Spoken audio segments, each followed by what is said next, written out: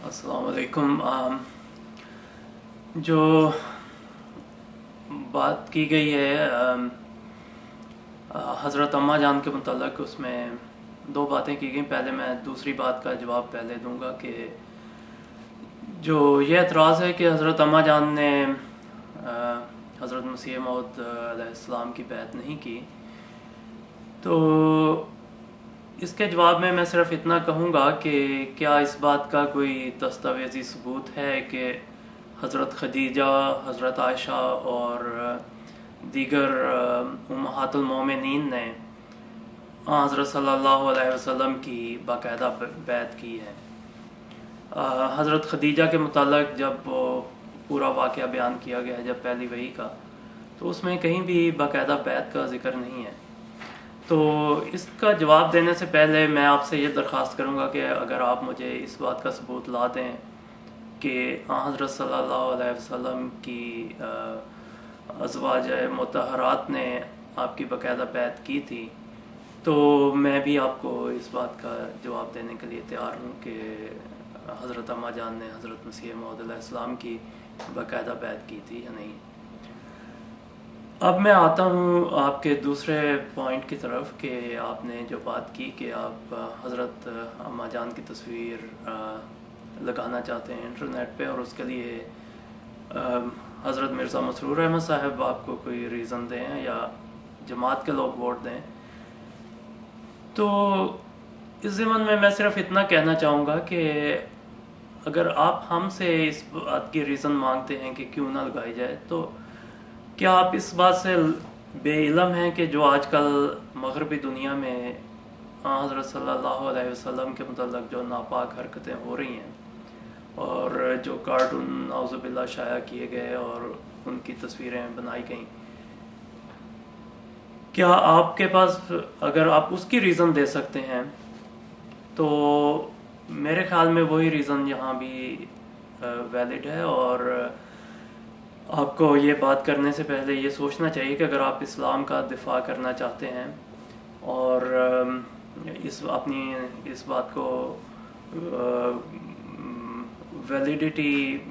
देना चाहते हैं कि हज़रत सल्लल्लाहु अलैहि वसल्लम के मुतल्लिक़ जो प्रोपेगेंडा हो रहा है गैर मुस्लिम दुनिया में वो गलत है, तो मेरे ख्याल में इससे ज़्यादा मैं इस बात पे कुछ नहीं कह सकता कि ना सिर्फ ये कि ये एक मजहबी नुक्ता नज़र से गलत बात है, बल्कि इसके मुतालिक मैं आपको यही कहूँगा कि आप इसकी रीज़न किसी अहमदी से ना पूछें, इसकी रीज़न आप अपने दिल से पूछें। अगर आप में ज़रा भी शराफत है और आपके अखलाकी मेयार इतना गिर नहीं गया,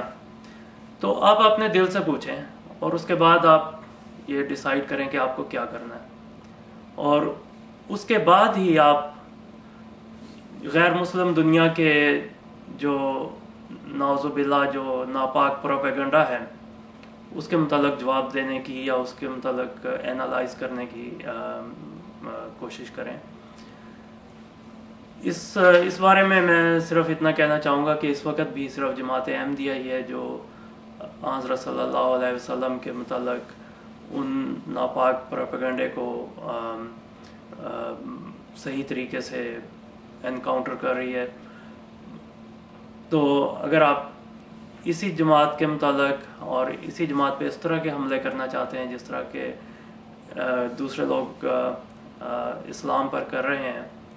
तो फिर आप अपना मुकाम खुद जानते हैं। आप खुद किस सफ़ में शामिल होना चाहते हैं, ये फ़ैसला आपका है। और फिर मैं आपसे ये अर्ज़ करूँगा कि आप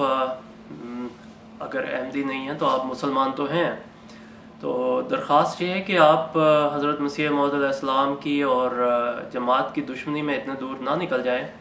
कि आप गैर मुस्लिमों को इस्लाम पे हमले करने का जवाज़ फराहम करें, क्योंकि आप वही हरकत करने जा रहे हैं जो दूसरे लोग कर रहे हैं इस वक्त, और उनके ख़िलाफ़ भी जमात अहमदिया ही है इस वक्त जो डिफेंस कर रही है। तो यही चीज़ मैं आपसे कहना चाहूँगा कि दूसरे का घर उजाड़ने की कोशिश में आप अपना घर भी ना जला लें, और خدا نخواستہ آپ بھی ان لوگوں کی صف میں لکھے جائیں، ان لوگوں کے درمیان میں شامل ہوں جو